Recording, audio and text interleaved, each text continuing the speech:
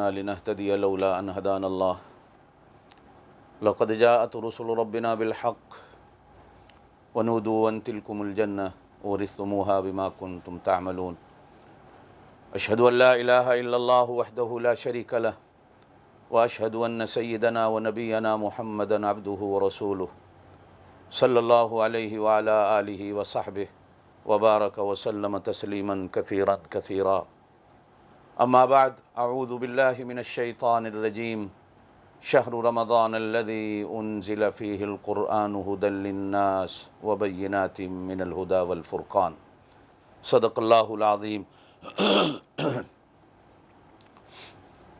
محترم سامعین، میری واجب التکریم واجب التحریم سننے والی بہنیں بیٹیاں، اللہ پاک اس مہینے کی رحمتوں سے ہم سب کو مالا مال کرے۔ اللہ ہم میں سے کسی کو بھی اس مہینے کی عظمتوں اور برکتوں سے محروم نہ کرے۔ کل میں نے کچھ باتیں عرض کی تھی کہ صاحب دانا اور صاحب فکر لوگ کہتے ہیں کہ جسم کی غذا کھانا پینا ہے اور روح کی غذا بھوکا رہنا۔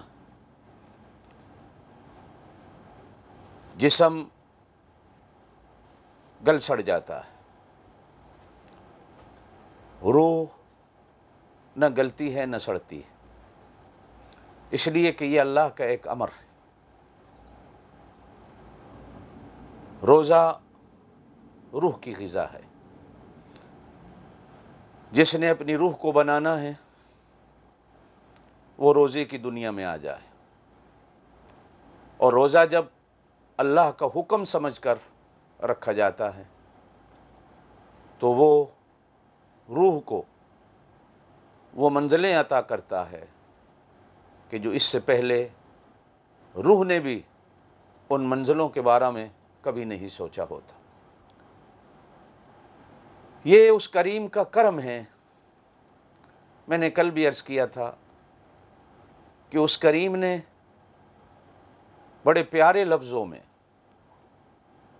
قرآن پاک میں ہمیں خطاب فرماتے ہوئے ارشاد فرمایا، یا ایھا الذین آمنوا، اے ایمان والو، اے وہ لوگو جو میرے اوپر یقین رکھتے ہو۔ اور جب یقین ہے میری ذات پر تو پھر میری بات پر بھی یقین رکھنا ہوگا۔ اور ایمان والا صرف میری ذات پر یقین نہیں رکھتا، وہ میری بات پر بھی یقین رکھتا، اور صرف میری بات پر یقین نہیں رکھتا بلکہ میری بات کے حق اور سچ ہونے پر بھی یقین رکھتا ہے، اور اس بات پر بھی یقین رکھتا ہے کہ میرے اللہ کی بات کو فنا نہیں ہے، میرے اللہ کی بات کو بقا حاصل ہے۔ یا یوں معنی کیجئے کہ اے وہ لوگو جو میری ماننے والے ہو۔ ایمان والا اس کے اندر یہ صفت ہونی چاہیے کہ وہ مانتا، وہ منواتا نہیں۔ منوانا یہ شیطان کا وتیرہ ہے۔ بعض بزرگان دین کا ایک قول پڑھا، بڑا دل کو لگا۔ کہتے ہیں کہ کسی اللہ والے کے دربار سے اپنے خلفاء کو خلافتوں کے تقسیم ہونے کا اعلان ہوا، تو جب خلافتوں کی دستار فضیلت خلفاء کے سروں پہ رکھی گئی اور دعائیں دے کر ان کو رخصت کیا جانے لگا، تو ان کے پیر و مرشد نے نصیحتیں کرتے ہوئے کہا کہ میری دو نصیحتوں کو ہمیشہ پلے باندھنا۔ پہلی نصیحت کہ کبھی خدائی کا دعویٰ نہ کرنا۔ خلفاء حیران ہو کے عرض کرتے ہیں کہ یا حضرت، کون بے وقوف ہے جو خدائی کا دعویٰ کرے گا؟ خدائی کا دعویٰ کرنے والے یا تو پانی میں غرق ہو گئے، خدائی کا دعویٰ کرنے والے مچھروں سے مروا دیے گئے، ہم تو ایمان والے ہیں، ہم کیسے خدائی کا دعویٰ کر سکتے ہیں؟ تو ان کے پیر و مرشد نے ارشاد فرماتے ہوئے کہا کہ نہیں، ہر بندے کے اندر کہیں نہ کہیں ایک خدائی کا دعویٰ ہے، اور وہ یہ کہ وہ یوں کہتا ہے کہ میری ہی بات آخری ہے، میری ہی بات پکی ہے، میری بات کے بعد کسی کی بات نہیں۔ گھر میں بھی جو بڑا ہوتا ہے، جب کبھی معاملہ ہوتا ہے تو وہ بڑی ڈنکے کی چوٹ ٹیبل پہ ہاتھ مار کر کہتا ہے میری بات آخری ہے، اس کے بعد کسی کو بات کرنے کی اجازت نہیں۔ میرے بھائیوں، میرے دوستوں، میری بہنوں، آخری بات صرف اللہ کی ہے، آخری بات صرف میرے اللہ کی ہے، جس کی بات کے بعد کوئی بات نہیں کی جا سکتی، بلکہ کسی کو دم مارنے کی مجال نہیں ہوتی۔ آخری بات صرف میرے اللہ کی ہے۔ جب ہم اور آپ یہ دعویٰ کرتے ہیں تو حقیقت میں یہ خدائی کا دعویٰ ہے۔ منوانا صرف میرے اللہ کی صفت ہے، اور اسی ہی کی عظمت ہے کہ اس کی مانی جائے۔ یہ ایک ناپاک قطرے سے پیدا ہونے والا، مٹی کے گارے سے بننے والا، جس کا کل تک کوئی وجود نہیں تھا، جس کو جاننے والا کوئی نہیں تھا، آج وہ کیسے دعویٰ کرتا ہے کہ میری بات ہی آخری بات ہے اور میری بات پر کسی کو بات کرنے کی اجازت نہیں۔ آپ اور میں سارے سوچیں، کیا ہمارے اندر بھی یہ بیماری نہیں؟ اگر یہ بیماری ہے تو پھر ایمان میں کہیں کمزوری ہے۔ ایمان کا پہلا درس اس کے معانی اور مطالب سے یہ نکلتا ہے کہ مومن اپنے اللہ کی مان کے چلتا ہے، اپنے اللہ کی مان کے چلتا ہے۔ صحابہ کرام رضوان اللہ تعالی مجمعین پر یہ معنی اس طرح فٹ آتا ہے کہ جب بھی کبھی اللہ کے رسول صلی اللہ علیہ وسلم نے کوئی بات کہی، حالانکہ وہ بات سورج کی طرح روشن تھی،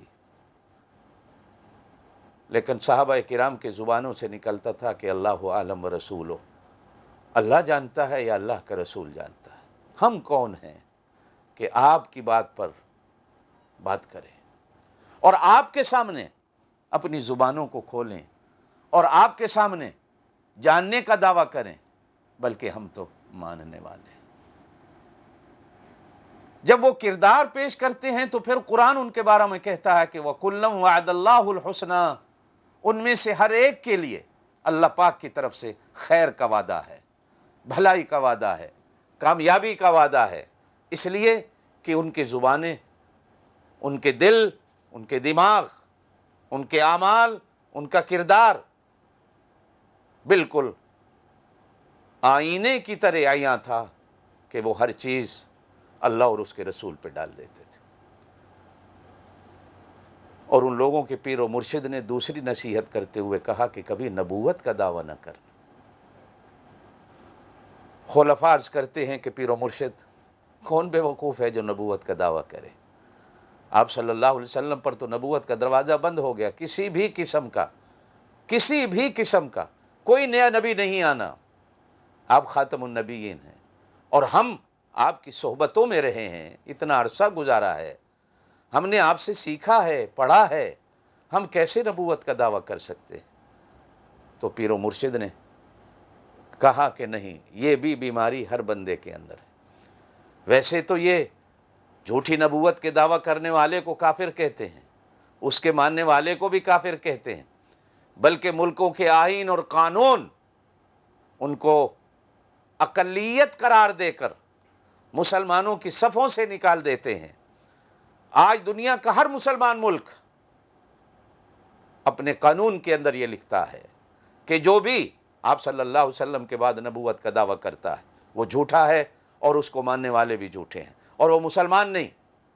لیکن کہیں نہ کہیں یہ بیماری ہم سب میں سے کسی نہ کسی کے اندر پائی جاتی ہے، اور وہ ایسے کہ ہمارے دماغوں میں، ہماری سوچوں میں یہ ہوتا ہے کہ لوگ ہماری مان کے چلیں، لوگ ہمارے پیچھے چلیں، گھر والے میری مان کے چلیں، بچے میری مان کے چلیں، برادری میری مان کے چلیں، استاد کہتا ہے شاگرد میری مان کے چلیں، پیر و مرشد کہتے ہیں کہ مرید میری مان کے چلیں، بڑا کہتا ہے کہ چھوٹے میری مان کے چلیں۔ اور یہ صرف نبوت کہہ سکتی ہے، یہ صرف نبوت کہہ سکتی ہے، یا وہ ذات جس نے نبی کے سر پر تاج نبوت رکھا ہوتا ہے وہ یہ کہہ سکتی ہے کہ قل ان کنتم تحبون اللہ فاتبعونی یحببکم اللہ ویغفر لکم ذنوبکم واللہ غفور الرحیم۔ اللہ کی محبت تمہیں اسی وقت حاصل ہو سکتی ہے، اللہ کی طلب اور اللہ کی چاہت تمہیں اسی وقت حاصل ہو سکتی ہے کہ جب تم میرے رسول کی مان کے چلو، جب تم میرے نبی کی مان کے چلو، جب تم میرے محبوب کی مان کے چلو۔ جب میرے محبوب کی مان کے چلو گے تو جس طرح اللہ اپنے محبوب سے محبت کرتا ہے، اللہ تمہارے ساتھ بھی محبت کرنے والے ہو جائیں گے، اللہ تمہارے ساتھ بھی محبت کرنے والے بن جائیں گے۔ تو گویا اللہ کی محبت کا معیار اور دار و مدار اتباع رسول میں ہوتا ہے، رسول کے پیچھے چلنے میں ہوتا ہے۔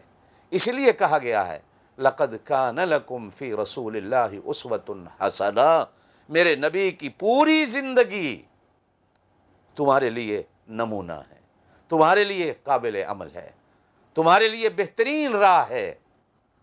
اور یہ جو ہم نماز کی ہر رکعت میں دعا کرتے ہیں کہ اہدنا الصراط المستقیم، اے اللہ ہمیں سیدھے راستے پر چلا، تو صراط الذین انعمت علیہم میں سب سے پہلا انعام یافتہ جو گروہ ہے، جو جماعت ہے، وہ انبیاء کرام علیہم الصلاۃ والتسلیمات کی۔ روزہ روح کی غذا ہے، روزہ روح کو بناتا ہے۔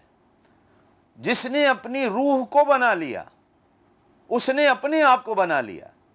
قرآن پاک میں ایک پوری سورت ہے، سورہ والشمس کے نام سے، اللہ پاک 10 قسمیں کھا کر پھر بات کہتے ہیں کہ قد افلح من زکاہا، قسم ہے کامیاب وہ ہو گیا جس نے اپنی اس روح کو بنا لیا، جس نے اپنی اس جان کو بنا لیا۔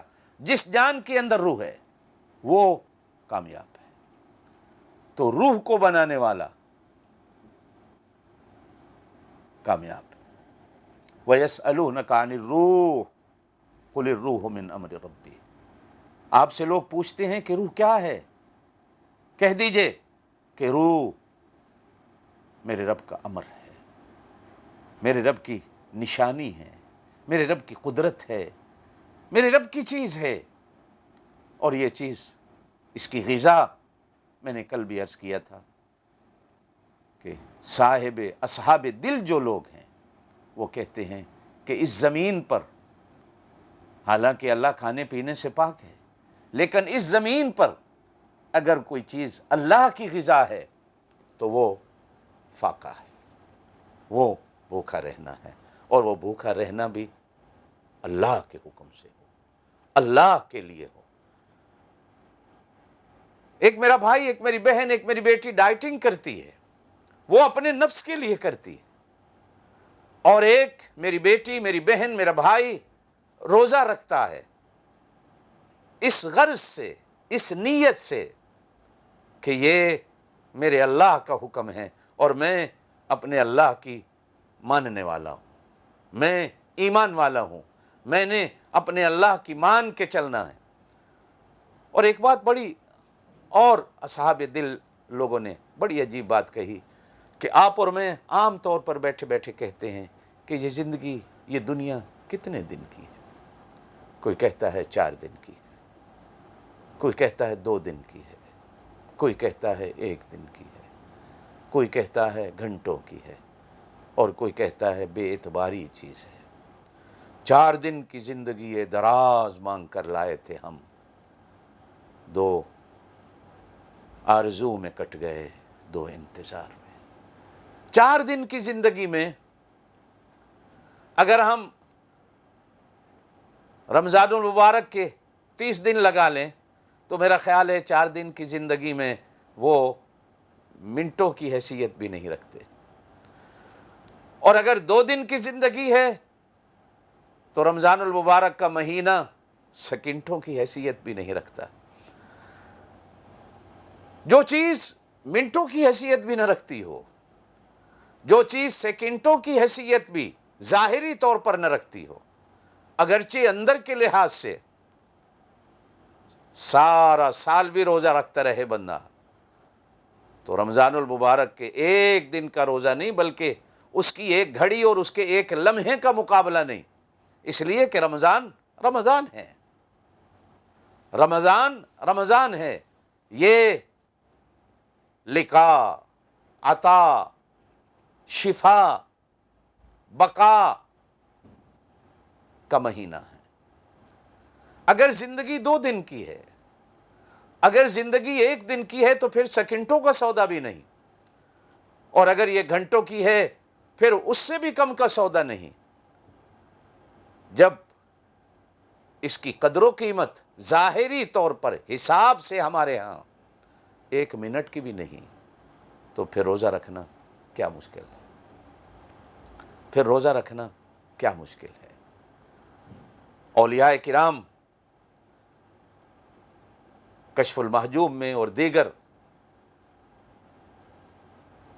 اولیاء کرام کی کتابوں میں ملتا ہے کہ فاقہ، بھوکا رہنا، یہ اسباق ولایت، علامات ولایت میں سے ایک سبق اور ایک علامت ہے، دروس ولایت میں سے ایک درس ہے، طرق جو ہیں سلوک کے ان میں سے ایک طریقہ یہ بھی ہے۔ کوئی کہتے ہیں 2 دن کا فاقہ ہے، کوئی کہتے ہیں 30 دن کا فاقہ ہے، کوئی 40 دن کے فاقے کے بعد صرف مسواک کر کے اس فاقے کو افطار کرتے ہیں۔ اور صاحب حق، خواجہ دنیا و آخرت جناب نبی کریم علیہ الصلوۃ والسلام نے امت کو درس دیتے ہوئے ارشاد فرمایا کہ اپنے دسترخوان سے اس وقت اٹھ جاؤ جب کچھ بھوک باقی ہو۔ حضرت علی حجویری رحمۃ اللہ علیہ نے، المعروف حضرت داتا گنج بخش رحمۃ اللہ علیہ نے اپنی کتاب کشف المحجوب کے اندر روزے کے فلسفے پر بات کرتے ہوئے بڑی عجیب بات کہی کہ روزہ جوارح کے لیے، یعنی یہ جو انسان کے وجود کے اندر 360 جوڑ ہیں، ان جوڑوں کے لیے بقا کا کام دیتا ہے، ان جوڑوں کے لیے علاج ہے۔ اگر اس علاج کی تفاصیل میں چلے جائیں تو جڑنا اور جوڑنا یہ انبیاء کرام کی صفات میں سے ایک صفت ہے۔ ایمان جوڑتا ہے۔ صحابہ کرام رضوان اللہ علیہم اجمعین مسجد نبی میں تشریف فرما تھے، آقا دو جہاں سرور کون و مکان حضرت محمد الرسول اللہ صلی اللہ علیہ وسلم تشریف فرما ہوئے، صحابہ کرام کے ابدان پر، ارواح پر، وجود پر، جسموں پر نظر ڈالی، تھوڑی دیر کے بعد ارشاد فرمایا، یارو تمہارے اندر ایمان تو میں دیکھتا ہوں، لیکن کیا وجہ ہے کہ تمہارے اندر ایمان کی حلاوت نظر نہیں آ رہی؟ صحابہ کرام بڑے حیران ہوئے، حیران ہو کر کہتے ہیں، اللہ کے رسول وہ حلاوت کیا ہوتی ہے؟ حلاوہ حلوے سے نکلا ہے، ہم سمجھتے ہیں حلوہ صرف کھانے کے لیے ہے، بلکہ مذاق اڑانے والوں نے تو حلوے کا نام ہی علماء کے ساتھ فٹ کر کے رکھا ہوا ہے کہ جیسے دنیا میں جتنی مٹھائیوں کی دکانیں ہیں یہ علماء ہی خالی کر جاتے ہیں، جہاں حلوے کا ذکر آیا وہاں کوئی نہ کوئی مولویوں کے ساتھ لطیفہ فٹ کر دیا جاتا ہے۔ بے شک حلاوت اسی حلوے سے بنی ہے، بے شک حلوہ اور حلاوت کا معنی ہی مٹھاس ہے۔ ارشاد پیغمبر ہوتا ہے کہ تمہارے اندر ایمان تو میں دیکھ رہا ہوں بڑا اعلی درجہ کا ہے، بڑا اعلیٰ درجے کا ہے، بڑا اعلیٰ درجے کا ہے، تمہارا ایمان جہاں تک پہنچا کوئی نہیں پہنچ سکتا، لیکن کیا ہے کہ ایمان کی حلاوت نظر نہیں آ رہی، کہ وہ مٹھاس جو ایک دوسرے کے جوڑنے کے لیے، دیکھیں چیزوں کو جوڑنے کے لیے مختلف چیزیں ہوتی ہیں. کاغذ کو جوڑنے کے لیے کسی اور چیز کی ضرورت ہے، لوہے کو جوڑنے کے لیے کسی اور چیز کی ضرورت ہے، اینٹوں کو جوڑنے کے لیے کسی اور چیز کی ضرورت ہے، کپڑے کو جوڑنے کے لیے کسی اور چیز کی ضرورت ہے، دلوں کو جوڑنے کے لیے کسی اور چیز کی ضرورت ہے. اور اس چیز کو محبت کہا جاتا ہے، اس چیز کو بول میں مٹھاس کہا جاتا ہے، اس چیز کو جوڑ کہا جاتا ہے، اس چیز کو جڑنا اور جوڑنا کہا جاتا ہے. میں نے کل بھی بات کہی تھی، اسی تفصیل میں آج پھر میں جاؤں کہ اس رب کریم نے جہاں ہمیں ایمان کے تمغے کے ساتھ مخاطب کیا، وہی احادیث کے اندر آقا دو جہاں صلی اللہ علیہ وسلم نے ارشاد فرمایا کہ اللہ پاک پورے مہینے کے لیے جنت کے دروازوں کو کھول دیتا اور جہنم کے دروازوں کو بند کر دیتا ہے. ادنا سبھی ایمان والا، کمزور ایمان والا بھی، اس کے لیے بھی جنت کے دروازے کھلے ہیں. صرف یہ نہیں کہ بڑے ایمان والے کے لیے، چھوٹے ایمان والے کے لیے بھی جنت کا دروازہ کھلا ہے، چھوٹے ایمان والے کے لیے بھی جہنم بند ہے. اسی حلاوت پہ اس بات کو فٹ کرتے ہوئے عرض کروں، کیا رب کریم نے تو آپ کی اور میرے لیے نہ بڑا دیکھا نہ چھوٹا دیکھا، نہ بڑا ایمان والا دیکھا نہ چھوٹا ایمان والا دیکھا، سب کے لیے اپنی رحمت کے، اپنے فضل و کرم کے، اپنی جنت کے دروازے کھولے. میں نے اس مہینے میں اپنے جاننے والوں کے لیے، اپنے رشتہ داروں کے لیے، اپنے عزیزوں کے لیے، اپنے اقارب کے لیے اپنی رحمت کے کتنے دروازے کھولے اور میں نے کتنے بند کیے. آپ صلی اللہ علیہ وسلم کا ارشاد گرامی ہے، میری بہنوں، میری بیٹیوں، سونے کے پانی سے بھی اگر یہ بات لکھی جائے تو اس کی قیمت نہیں. ارشاد فرمایا، قطع رحمی کرنے والا لیلۃ القدر کی رات بھی اس کی بخشش نہیں ہوتی. جو اپنوں کے لیے اپنے دل کے دروازے بھی بند کر دیتا ہے اور اپنے گھر کے دروازے بھی بند کر دیتا ہے. میرا اللہ آپ کے لیے، میرے لیے، ہر بندہ مومن کے لیے جنت کے دروازوں کو کھول دیتا ہے اور جہنم کے دروازوں کو بند کر دیتا ہے. کوئی امتیاز نہیں رکھا جاتا، کوئی فرق نہیں رکھا جاتا بڑا کون ہے اور چھوٹا کون ہے، مدینے والا کون ہے، مکے والا کون ہے، پاکستان والا کون ہے، ہندوستان والا کون ہے. جو بھی کلمہ پڑھتا ہے لا الہ الا اللہ محمد الرسول اللہ. افریقہ والا کون ہے، امریکہ والا کون ہے، سید کون ہے، عامی کون ہے، عالم کون ہے، جاہل کون ہے، کوئی فرق نہیں. ہر ایک کے لیے جنت کا دروازہ کھلا. بلکہ جناب نبی کریم علیہ الصلوۃ والسلام کا ارشاد گرامی تو اتنا بھی ملتا ہے کہ صاحب ایمان اگر اس ماہ مبارک میں اس دنیا کو داغ مفارقت دیتا ہے، اگلے جہان کی منزل کو سدھارتا ہے اور جاتا ہے، تو سیدھا کسی بھی رکاوٹ کے بغیر وہ جنت میں داخل کر دیا جاتا ہے. اس لیے کہ کہاں جائے گا، دروازے تو اسی کے کھلے ہیں، دوسری کے تو دروازے ہی بند ہیں. جو دروازہ کھلا ہوگا بندہ اسی دروازے سے جائے گا. تھوڑا سا آپ اور میں اس ایمان کی حلاوت پہ جائیے کہ اس ماہ مبارک میں میرا اللہ تو اتنا کریم، اور وہ چاہتا ہے کہ اس ماہ مبارک میں میرے بندے میری صفات کو اپنے جسموں پر لاگو کریں، اپنے وجود پر لاگو کریں.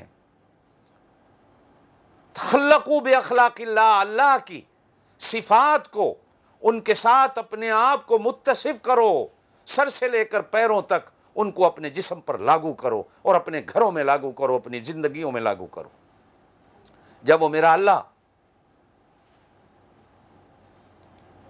میرے لیے اور آپ کے لیے جنت کے سارے دروازے کھول دیتا، میں اپنوں کے لیے اپنے دل کے اور اپنے گھر کے دروازے کیوں نہیں کھولتا؟ آپ صلی اللہ علیہ وسلم سے ایک حدیث ہے، ہو سکتا ہے آپ نے علماء سے سنی ہے، کہ جب اللہ پاک تمام مخلوقات کو بنانے سے فارغ ہوئے تو اللہ کی ایک مخلوق جس کو رشتہ داری کہا جاتا ہے، اللہ کے عرش کے پائے کو پکڑ کر کھڑی ہو گئی۔ اللہ جی میرا ایک سوال ہے۔ ارشاد ہوا کہ کہو۔ کہنے لگی اللہ مجھے آپ نے بنا تو دیا، لیکن میں تو اپنے بارے میں ڈر رہی ہوں کہ مجھے جوڑے گا کون اور مجھے توڑے گا کون؟ اگر کوئی مجھے جوڑے گا تو تو اس کے ساتھ کیا کرے گا، اور اگر کوئی مجھے توڑے گا تو تو اس کے ساتھ کیا کرے گا؟ ارشاد خداوندی ہوتا ہے کہ مجھے اپنی کبریائی کی قسم، مجھے اپنے خالق و مالک ہونے کی قسم، مجھے اپنی ذات کی قسم، جو تجھے جوڑے گا میں اس کے ساتھ اپنا تعلق جوڑوں گا، اور جو تجھے توڑے گا میں اس کے ساتھ اپنا تعلق توڑوں گا۔ یعنی جو رشتہ داری کو جوڑے گا اس کے ساتھ اللہ کا تعلق بنے گا، اور جو اس کو توڑ دے گا اللہ کی اس کے ساتھ کٹی ہو جائے گی۔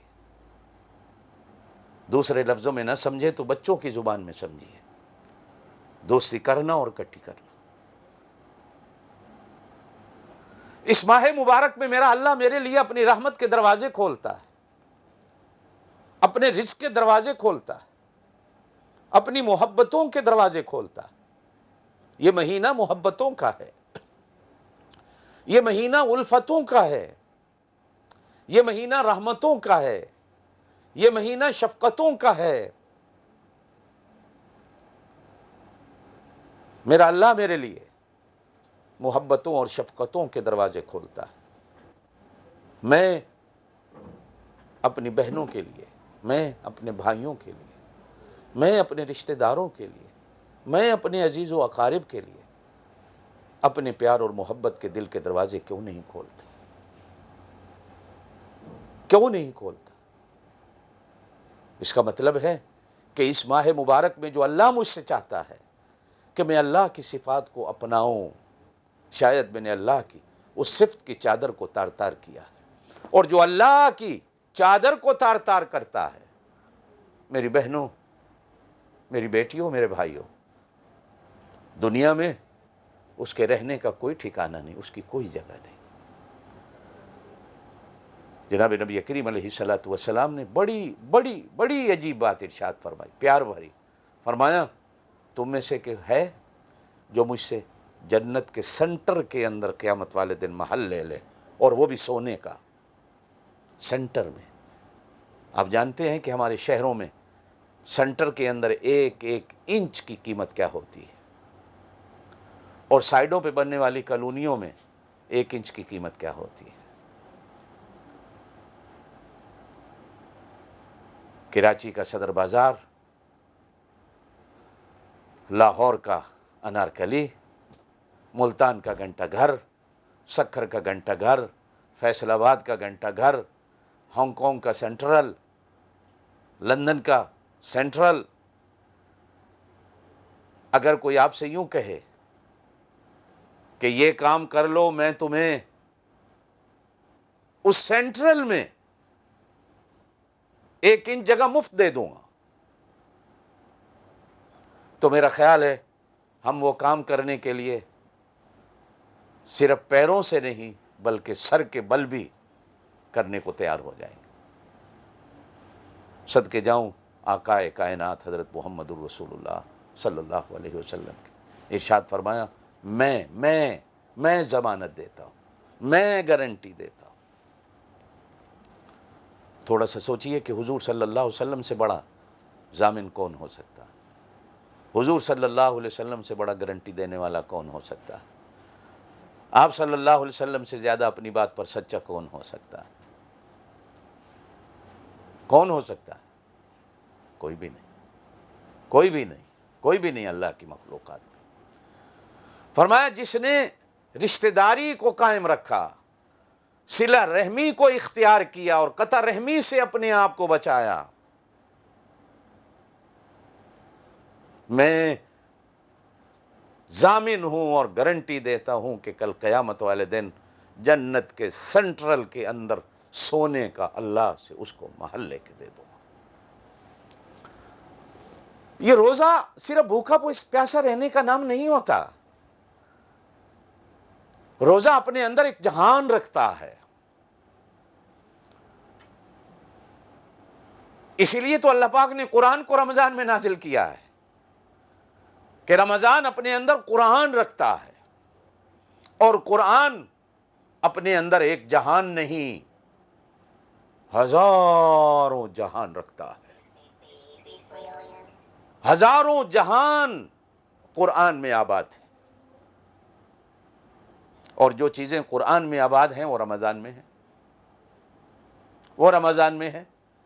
اس لیے ارشاد فرمایا گیا کہ اس کو صرف رمضان نہیں کہا کرو، اس کو یا تو ماہ رمضان کہا کرو، یا رمضان المبارک کہا کرو، یا رمضان کا مہینہ کہا کرو۔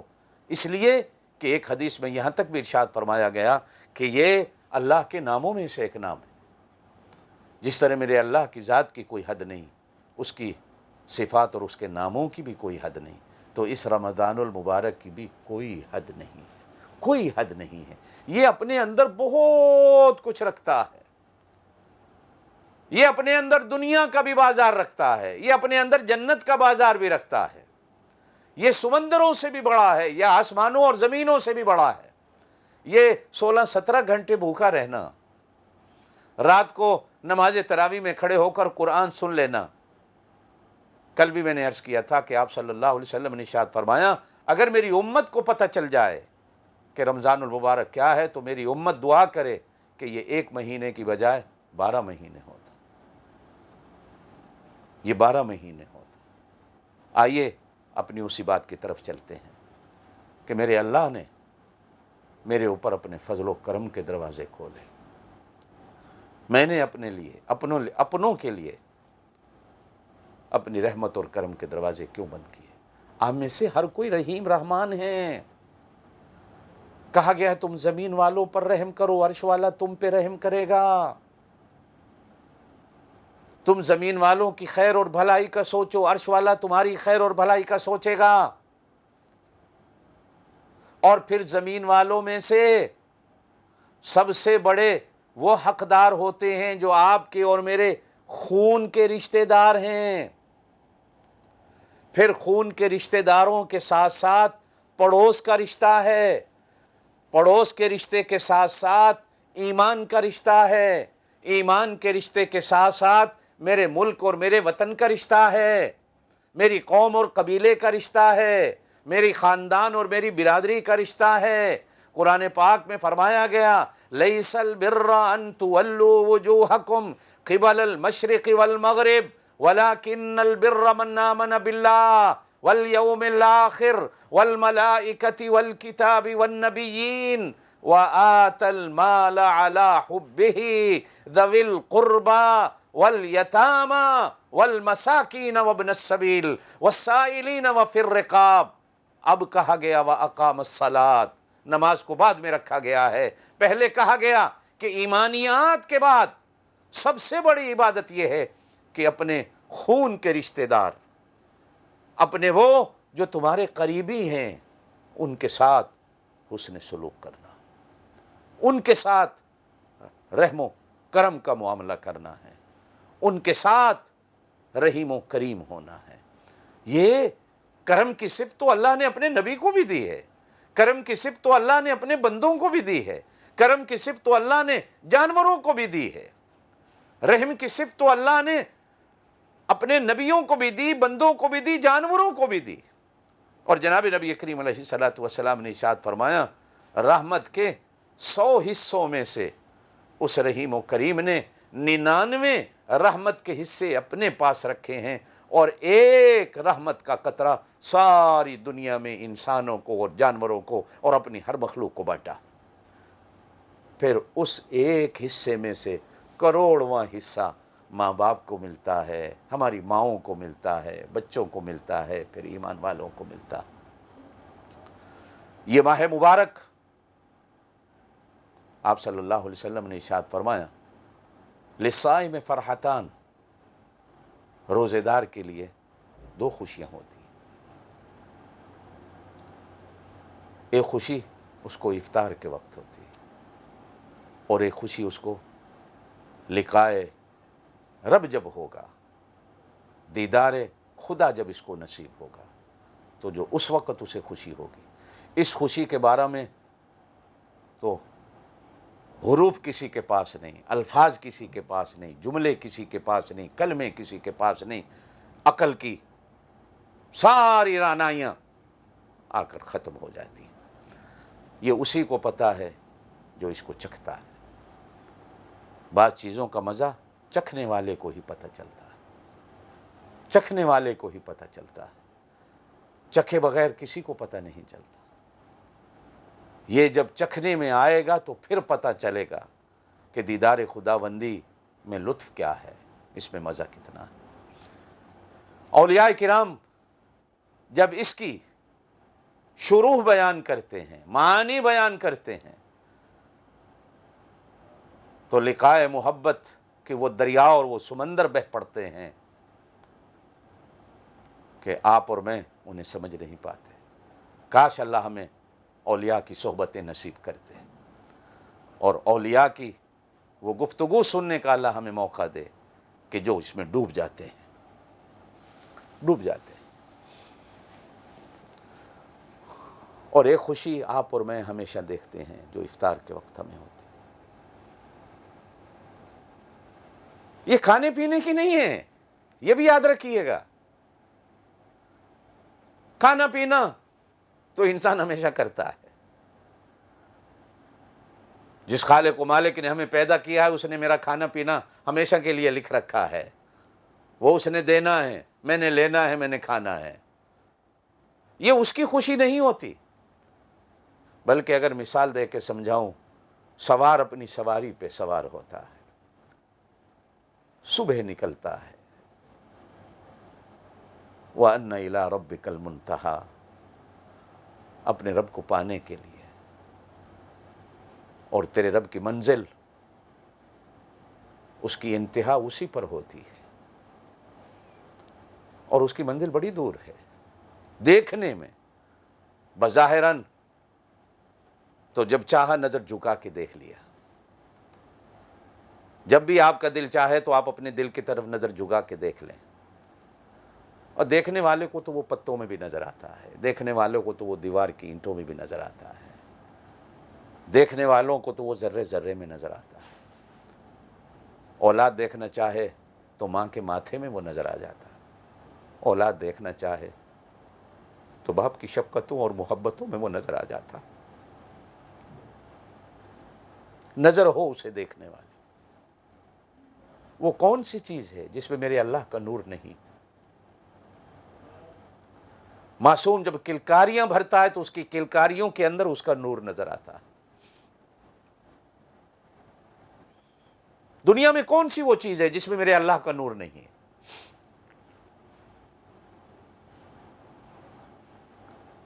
اس لیے کہا گیا ہے کہ ماں باپ کو دیکھنے سے حج کا ثواب ملتا ہے.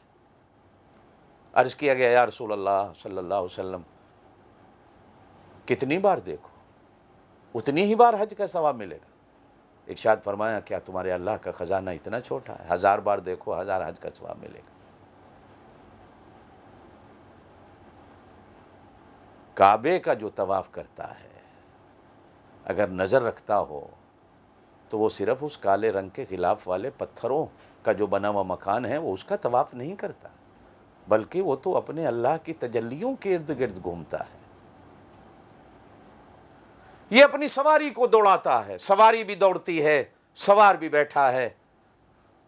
ہانپتا ہوا، تھکتا ہوا، دوڑاتا ہوا، بھاگتا ہوا، وَأَنَّ إِلَىٰ رَبِّكَ الْمُنْتَهَىٰ، اپنے رب کی منزل کو پانا چاہتا ہے۔ وہ قریب بھی ہے، وہ ابتدا بھی ہے، وہی انتہا بھی ہے۔ نمازوں کا راستے میں وقفہ کرتا ہوا ایک ایسی منزل پہ جا کے پہنچتا ہے کہ جب سورج غروب ہونے والا ہے، اندھیرا چھانے والا ہے، تو اب سوچتا ہے کہ رات ہونے والی ہے، سواری کو بھی تھوڑا سستا لوں اور خود بھی تھوڑا سستا لوں اور آرام کر لوں۔ اب وہ سواری کو بھی پانی پلاتا ہے، خود بھی ٹھنڈے پانی کا گھونٹ، چونکہ یہ مسافر ہے، اپنی سفر میں جا رہا ہے، اپنی منزل پہ جا رہا ہے۔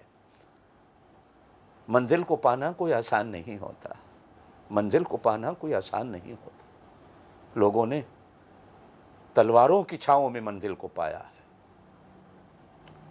لوگوں نے ریگستانوں میں اپنے آپ کو رلا کر اپنی منزل کو پایا ہے، لوگوں نے سجدے میں سر رکھ رکھے اپنی منزل کو پایا۔ حضرت فضل الرحمن شاہ گنج مرادی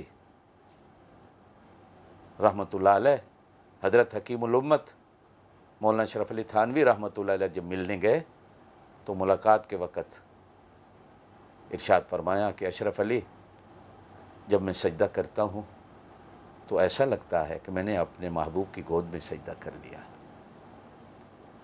اور وہ محبوب میرے رخساروں کا بوسہ لے رہا ہے۔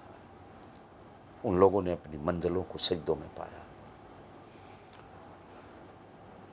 کوئی کھڑے کھڑے قیام میں منزل کو پاتا، کوئی دوڑ کے جاتا تھا جبل طور پر، اس نے اپنی منزل کو پایا۔ کسی نے کہاں پایا، کسی نے کہاں پایا۔ یہ پانی کا ٹھنڈا گھونٹ بھرتے ہوئے جب اندر لے جاتا ہے، شکر کا جملہ جب بولتا ہے تو یہ اپنی منزل کو پاتا ہے، اور وہ شکر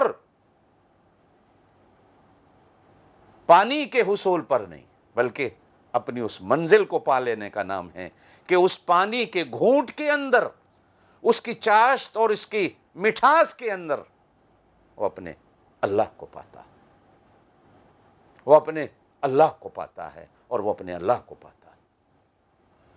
آپ اور میں تو سموسوں پہ گرے پڑے ہیں، آپ اور میں تو کچوریوں پہ گرے پڑے ہیں، آپ اور میں تو پکوڑوں پہ گرے پڑے ہیں، آپ اور میں تو نہ جانے ان کا لطف اور مزہ لے رہے ہیں، لیکن حقیقی روزے دار جب وہ حقیقی روزہ رکھتا ہے تو وہ مقام بشریت سے بھی آگے جا پہنچتا ہے۔ وَأَنَّ إِلَىٰ رَبِّكَ الْمُنْتَهَىٰ، وہ اس منزل کو پاتا ہے جس منزل پہ اسے خدا ملتا ہے، اور جس منزل پہ وہ اپنی منزل کو پا کر حاصل کر کے اس کا شکر ادا کرتا ہے، اور وہ مقام ولایت پہ سرفراز ہوتا ہے۔ اس لیے کہا گیا کہ الصوم لی، روزہ تو میرے لیے ہے۔ جب میرے لیے ہے، یہ بندہ دو عالم سے خفا میرے لیے، توحید تو یہ ہے کہ خدا حشر میں کہہ دے یہ بندہ دو عالم سے خفا میرے لیے تھا، یہ کھانے سے روٹھا ہے تو میرے لیے، یہ پینے سے روٹھا ہے تو میرے لیے، یہ بیوی سے روٹھا ہے تو میرے لیے، یہ دنیا کے آرام اور سکون سے روٹھا ہے تو میرے لیے۔ اسی لیے اس کی نیند کو بھی عبادت بنا دیا۔ یہ سوتا نہیں جو 2 گھڑی آرام کرتا ہے، سحری کی فکر ہوتی ہے، کھانے کی نہیں، سحری میں بھی اس کی لکھا کی فکر ہوتی ہے کہ وہ جب آوازیں دے کر بلاتا ہے، جب وہ آواز دیتا ہے کوئی مجھ سے لینے والا، ہے کوئی مجھ سے مانگنے والا، میں دینے والا تو لے کے بیٹھا ہوں۔ حضرت علامہ نے بڑی عجیب بات کہی، ہم تو مائل بکرم ہیں کوئی سائل ہی نہیں، راہ دکھلائیں کسے کوئی راہ رو منزل ہی نہیں، ہم تو مائل بکرم ہیں، ہم تو کرم کا دروازہ کھول کر انتظار کر رہے ہیں کہ کوئی ہے جو کاسائے گدائی لے کر آ جائے، کوئی ہے جو جھولی پھیلا لے، جو ہے کوئی ہے جو مجھ سے میرے کرم کا سوال کر لے۔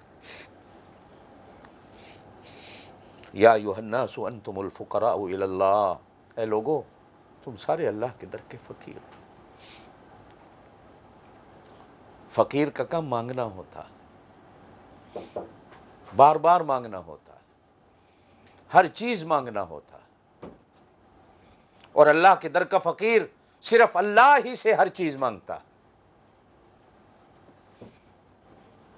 یہ نہیں کہ اس ایک در سے ایک ہی چیز مانگے گا، بلکہ میرا اللہ اس کی ہر ضرورت کو پورا کرنے والا، اسی کا نام کرم ہے۔ کرم صرف روٹی دینے کا نام نہیں ہوتا، کریم اپنی توجہ کرتا ہے کہ ضرورت مند کی ضرورت کیا ہے، حاجت مند کی حاجت کیا ہے۔ وہ پہلو کے بل ہے سورہ سجدہ میں اللہ پاک کیا بات ارشاد فرماتے ہیں، تتجافا جنوبہم عن المضاجع یدعون ربہم خوفا وطمعا ومما رزقناہم ینفقون۔ پہلو بدلتا ہے،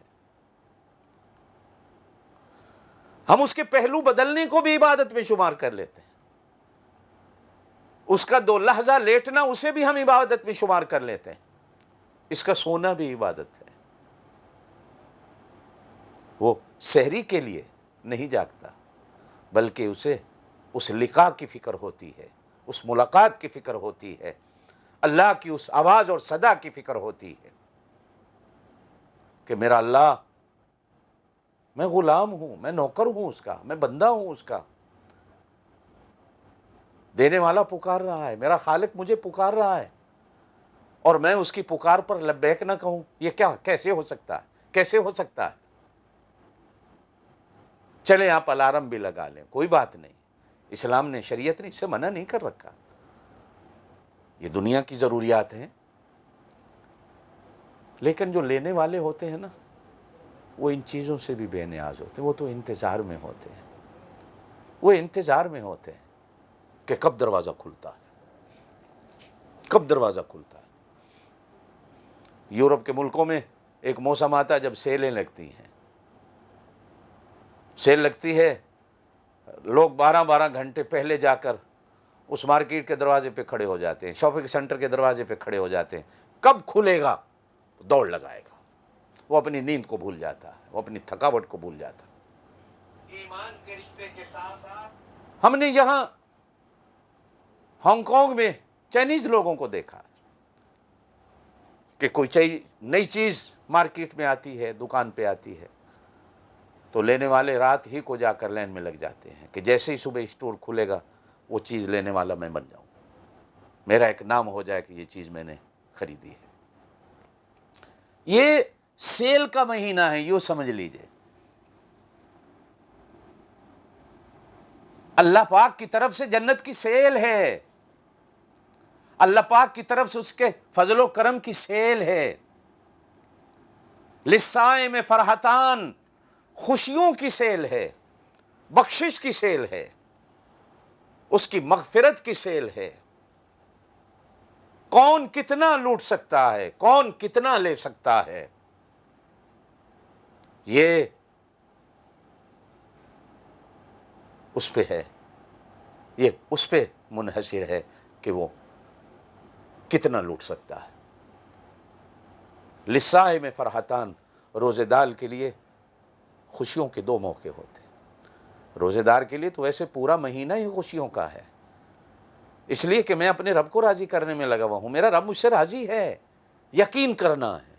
ایمان یقین کا نام بھی ہوتا ہے کہ میں نے یقین کرنا ہے کہ یہ میرے لیے ہے، جب وہ اللہ میرا ہے، جب وہ اللہ میرا ہے۔ اس معصوم بچے کی طرح، جیسے میں نے کل مثال دے کے کہا کہ یہ بینک میرا بھی تو ہے، اللہ میرا بھی تو ہے۔ اسی چیز نے قوموں کو تباہ و برباد کیا ہے۔ قرآن و سنت نے ہمیں یہ سکھایا کہ اللہ سب کا ہے،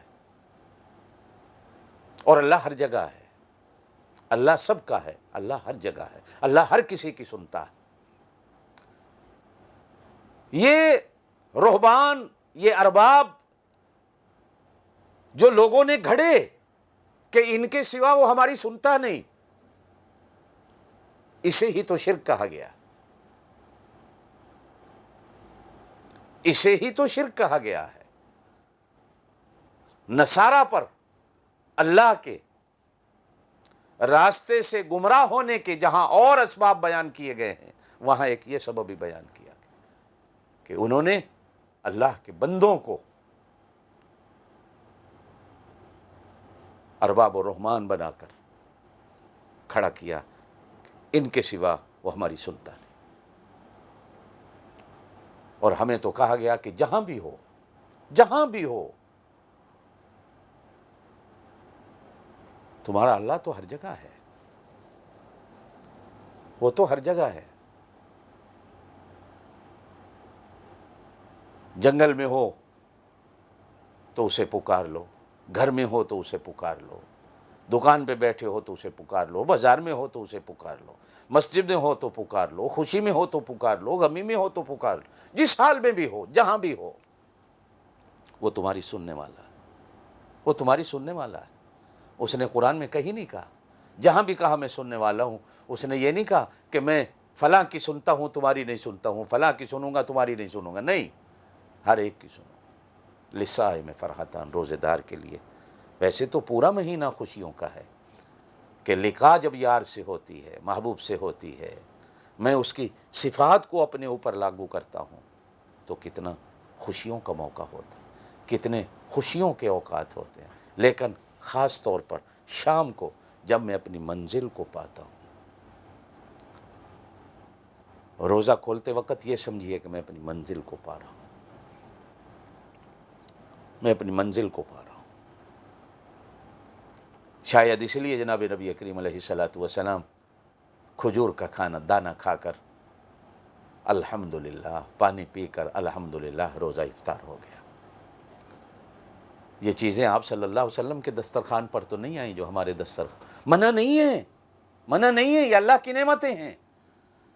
بلکہ ایک جگہ فرمایا گیا کہ رمضان المبارک میں اللہ کی جتنی جیسے بھی نعمتوں کو استعمال کرو، پوچھ گچھ نہیں ہوگی، کھائیے کھائیے، لیکن مدعا نہیں ہے، مقصد نہیں ہے، مقصد اپنی منزل کو پانا، مقصد اپنی منزل کو پانا ہے۔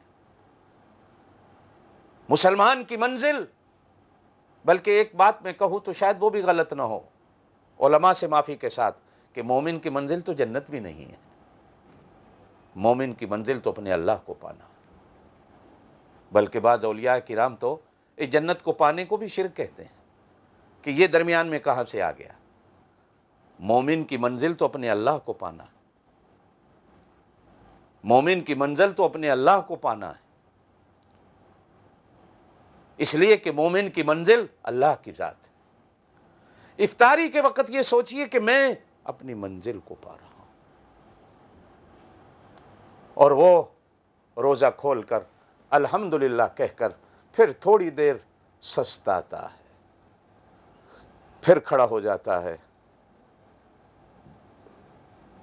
جسے قرآن کی منزل کہا جاتا ہے، پھر وہ نماز تراویح کی تیاری کرتا ہے،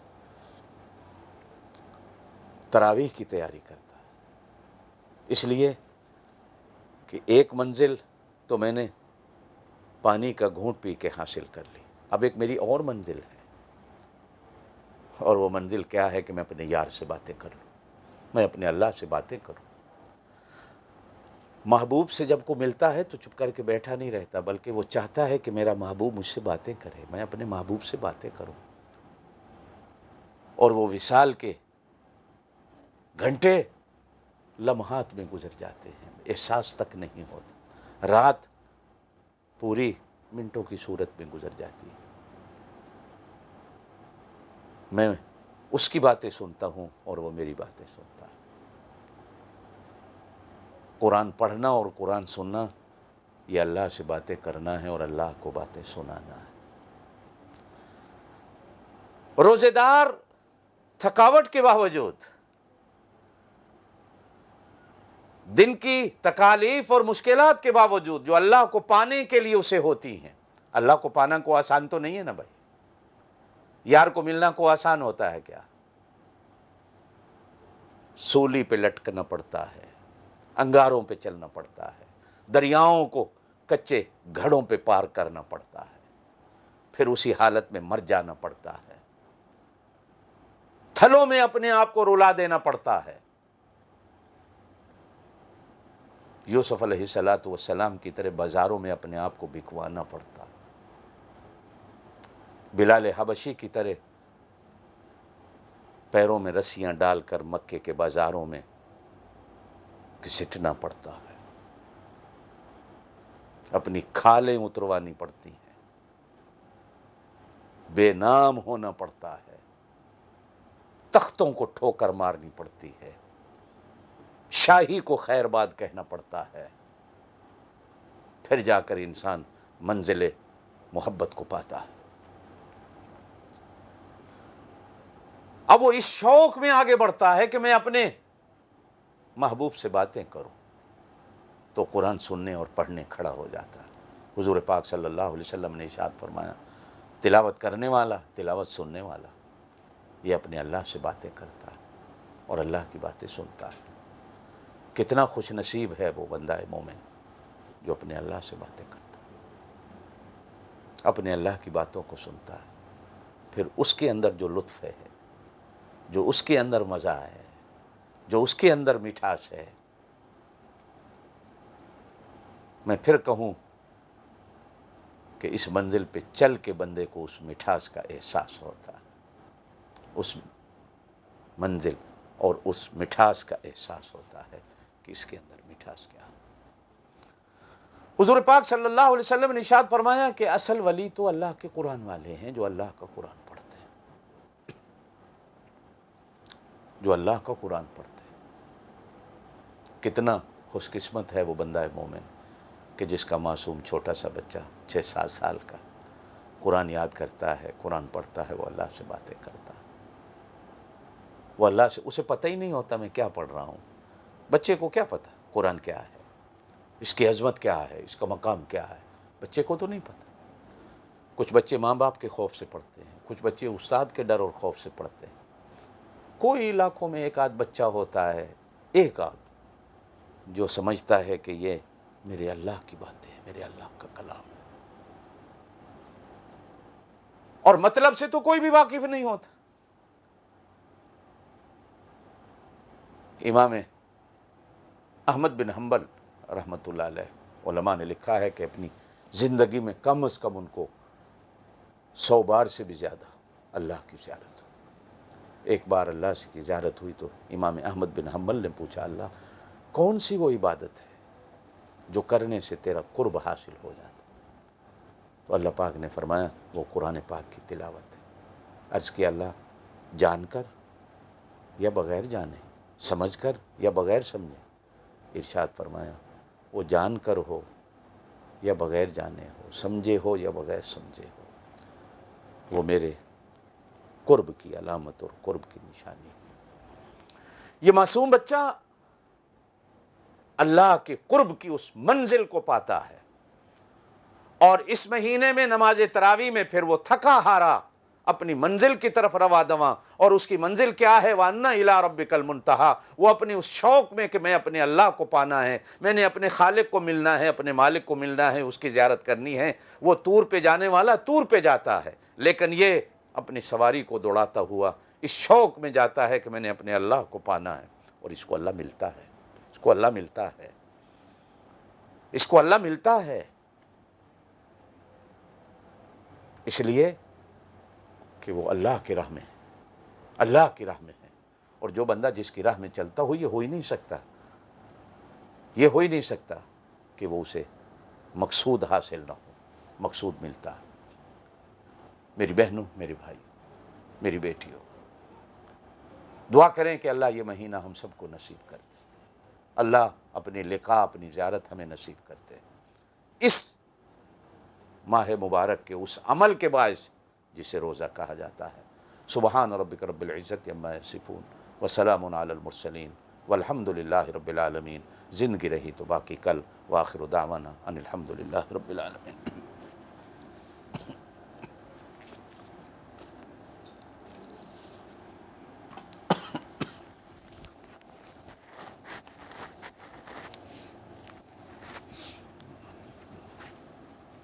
کون تھا دروازہ بجا ہے؟ رمضان